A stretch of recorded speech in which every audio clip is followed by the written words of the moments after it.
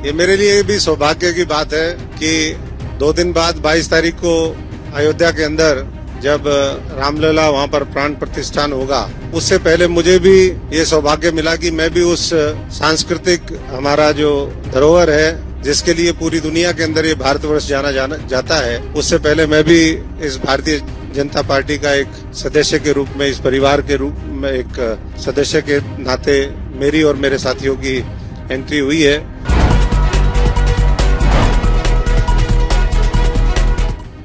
दोस्तों नमस्कार, मेरा नाम संजय मग्गू है और मौजूद है देश रोजाना के डिजिटल मीडिया प्लेटफॉर्म पर।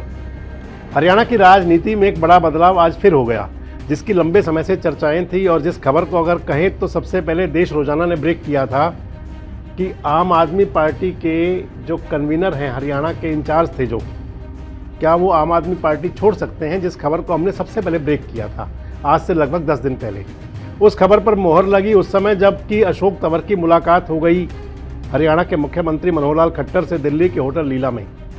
और उस खबर पर और बड़ी मोहर तब लग गई कि जब 2 दिन पहले अशोक तंवर ने आम आदमी पार्टी से इस्तीफा दे दिया, ये कहते हुए कि आम आदमी पार्टी ने कांग्रेस के साथ गठबंधन कर लिया है और मेरी विचारधारा नहीं मिलती, इसलिए मैं आम आदमी पार्टी में काम नहीं कर सकता। और आज यानी कि शनिवार को दिल्ली में भारतीय जनता पार्टी के केंद्रीय कार्यालय में अशोक तंवर ने आम आदमी पार्टी से जो छोड़ चुके थे, दिल्ली के केंद्रीय कार्यालय में अशोक तंवर ने आज यानी कि शनिवार को भारतीय जनता पार्टी का पटका पहन लिया, बीजेपी की विधिवत सदस्यता ले ली। हरियाणा के मुख्यमंत्री मनोहर लाल और हरियाणा के बीजेपी प्रदेश अध्यक्ष नायब सिंह सैनी ने खैर मकदम किया अशोक तंवर का आम आदमी पार्टी छोड़ करके बीजेपी में आने पर। वैसे आपको बता दें कि अशोक तंवर का जो राजनीतिक सफर है वो बहुत उठापटक वाला रहा है। एनएसयूआई और यूथ कांग्रेस से राजनीति की शुरुआत करने वाले अशोक तंवर 2009 में सांसद बने थे सिरसा से कांग्रेस की टिकट पर। 2014 में हार गए, 2019 में हार गए और अब जो उन्होंने 2019 में कांग्रेस छोड़ करके अपना भारत मोर्चा बनाया, अपना भारत मोर्चा छोड़ करके शामिल हो गए वो दीदी की पार्टी यानी कि ममता बनर्जी जी की पार्टी में। उसके बाद में वो शामिल हुए आम आदमी पार्टी में और लगभग 1.25 साल का सफ़र आम आदमी पार्टी में पूरा करके 2 दिन पहले आम आदमी पार्टी छोड़ी और अब भारतीय जनता पार्टी का पटका पहन लिया। वैसे हमने आपको बताया था कि अशोक तंवर को देश के गृह मंत्री अमित शाह और भाजपा के राष्ट्रीय अध्यक्ष जेपी नड्डा भी पार्टी में शामिल कराने के लिए रह सकते हैं, लेकिन कुछ व्यवस्थाएं रही होंगी तो आज उनको जो पार्टी में खैर मकदम हुआ या पार्टी में जो शामिल कराया गया अशोक तंवर को, वो शामिल कराया हरियाणा के मुख्यमंत्री मनोहर लाल और हरियाणा भारतीय जनता पार्टी के प्रदेश अध्यक्ष नायब सिंह सैनी ने। तो मान ले कि सरकार और संगठन दोनों ने मिलकर के अशोक तंवर का भगवा दल में शामिल होने पर खैर मकदम किया। और अशोक तंवर भी पूरे जोश से लबरेज थे। उन्होंने जब अपना संबोधन दिया तो अपने संबोधन में मीडिया कर्मियों को संबोधित करते हुए और वहाँ पर जो उनके साथी कार्यकर्ता मौजूद थे उनको अपने संबोधन में कहा कि 22 जनवरी जबकि देश के अंदर श्री राम लला की प्राण प्रतिष्ठा हो रही है, उससे पहले उनका भारतीय जनता पार्टी में शुभ प्रवेश हो गया। अपने आप को भारतीय जनता पार्टी के ताने माने में जोड़ते हुए अशोक तंवर ने वो सब कुछ कहा जो राजनेता कहा करते हैं जब किसी पार्टी में शामिल होते हैं। अशोक तंवर ने यह भी कहा कि भारतीय जनता पार्टी देश के लिए किस प्रकार हितकर है। हालांकि ये सब बातें उन्होंने उस समय भी कही थी जब वो आम आदमी पार्टी में शामिल हुए थे अरविंद केजरीवाल के सामने। और अब वो जब भारतीय जनता पार्टी में शामिल हुए तो उन्होंने प्रधानमंत्री मोदी, सीएम मनोहर लाल और भाजपा के संगठन और सरकार के जो कसीदे पढ़े वो हर नेता पढ़ता है जब किसी पार्टी में शामिल हुआ करता है। अशोक तंवर ने यह भी कहा कि उनके साथ में हजारों कार्यकर्ता और भी हैं जिन्होंने की पार्टी में शामिल होना था, लेकिन उनको जो उनके कार्यकर्ता हैं उनको चंडीगढ़ में शामिल कराया जाएगा। मैंने आपको पहले भी कहा था कि भारतीय जनता पार्टी ने हरियाणा के अंदर अपने कुनबे को बड़ा करने के लिए, कल के वीडियो में मैंने आपको बताया था कि भाजपा ने अपना कुनबा बड़ा करने के लिए एक स्पेशल प्रोग्राम तैयार कर लिया है। उसके लिए एक कमेटी भी बनी है जो अन्य पार्टियों में शामिल नेताओं को अब भारतीय जनता पार्टी में शामिल कराएगी। खैर आज अशोक तंवर का दिन था क्योंकि उन्होंने भारतीय जनता पार्टी में अपना प्रवेश किया और भारतीय जनता पार्टी में शामिल होते हुए अशोक तंवर ने क्या कहा ये आप सुनिए। पहले सामने बैठे सभी हमारे तमाम साथीगण जिन्होंने आज भारतीय जनता पार्टी की मेरे साथ मेंबरशिप ली है और हजारों साथी अभी बाहर हैं और लाखों साथी जिन लोगों ने मेरे साथ पिछले 3 दशक में अलग अलग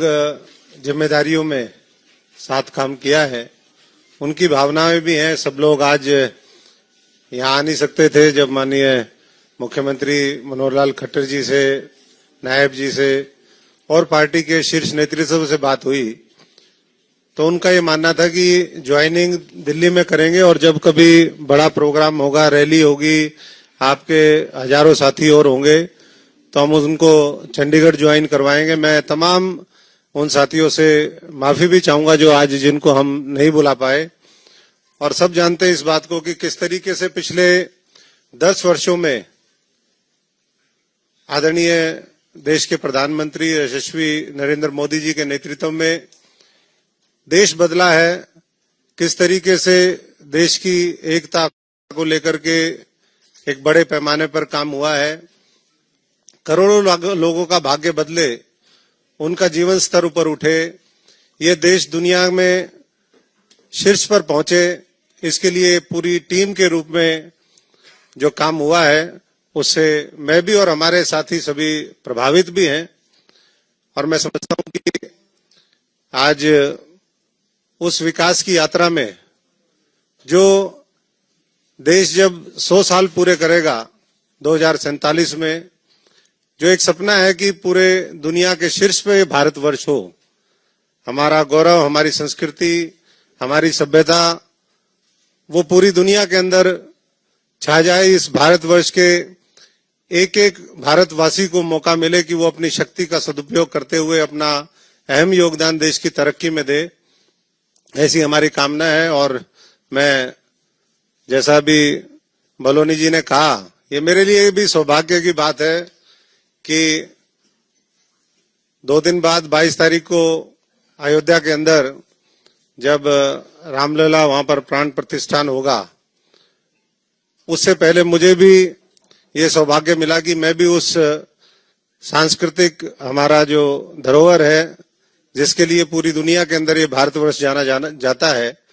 उससे पहले मैं भी इस भारतीय जनता पार्टी का एक सदस्य के रूप में, इस परिवार के रूप में एक सदस्य के नाते मेरी और मेरे साथियों की एंट्री हुई है। मैं आदरणीय नड्डा जी का भी, तमाम पार्टी के वरिष्ठ नेताओं का बहुत बहुत आभारी हूं कि आज उन्होंने ये सहमति दी कि मैं आज भारतीय जनता पार्टी के कार्यकर्ता के रूप में प्रवेश हूं और आने वाले समय में देश के निर्माण में जो भी हमारी जिम्मेदारी हो, जो भी भूमिका हो, वो हम निभाने का काम करें। मैं एक साधारण परिवार से हूं, मेरे पिताजी यहाँ बैठे भी हैं, फौजी परिवार से हैं, किसान मजदूर परिवार से हैं और हम तो हमेशा जीवन में हमने यही सोचा कि सच्चाई, ईमानदारी और मेहनत के बल पर हम इस देश को आगे बढ़ाने का काम करें। और वही सपना लेकर के आज मनोहर लाल जी जो हरियाणा में काम कर रहे हैं, हमारे नायब सैनी जी, अरुण जी, बलोनी जी, संजय जी, सभी एक टीम के रूप में हमारा एक ही लक्ष्य होगा कि 2024 के अंदर हम पुराने सारे लोकसभा के रिकॉर्ड पार करें, 400 का आंकड़ा हम पार करके इस देश के अंदर एक सुशासन और किस तरीके से इस देश को ऊंचाइयों पर ले जा सकते हैं। तो अशोक तंवर अब अपने राजनीतिक सफर में चौथी पार्टी में शामिल होते हुए भाजपा का हिस्सा बन गए और इसके साथ साथ अब उनकी नई जिम्मेदारियां, नए दायित्व और नए कर्तव्य हो जाएंगे। सांस्कृतिक विरासत से लेकर के और देश की विचारधारा यानी कि जो भाजपा की विचारधारा है उसमें जुड़ते हुए अशोक तंवर को अब उसी हिसाब से एक नया ताना बाना बुनना होगा। वैसे आपको क्या लगता है कि अशोक तंवर के रूप में क्या भारतीय जनता पार्टी को हरियाणा के अंदर कोई तुरुप का इक्का मिला है? जिस प्रकार से अशोक तंवर की पार्टी में शामिल होने की चर्चाएं चलती रही और जिस प्रकार मीडिया और सोशल मीडिया पर उसे चलाया गया, तो आपको क्या लगता है कि अशोक तंवर भारतीय जनता पार्टी के लिए कोई बड़ा फायदे का सौदा साबित हो सकते हैं? और इसके अलावा आपको क्या लगता है कि आने वाले, क्योंकि लोकसभा और विधानसभा चुनाव दोनों नज़दीक हैं, तो क्या अशोक तंवर को लोकसभा का चुनाव लड़ाया जाएगा और या फिर वो विधानसभा चुनाव के लिए दावेदारी करेंगे? कमेंट्स बॉक्स में आके अपनी प्रतिक्रिया जरूर दें और इस प्रकार के वीडियोस और अपडेट्स के लिए हमारे साथ जुड़े रहें। देखते रहें देश रोजाना।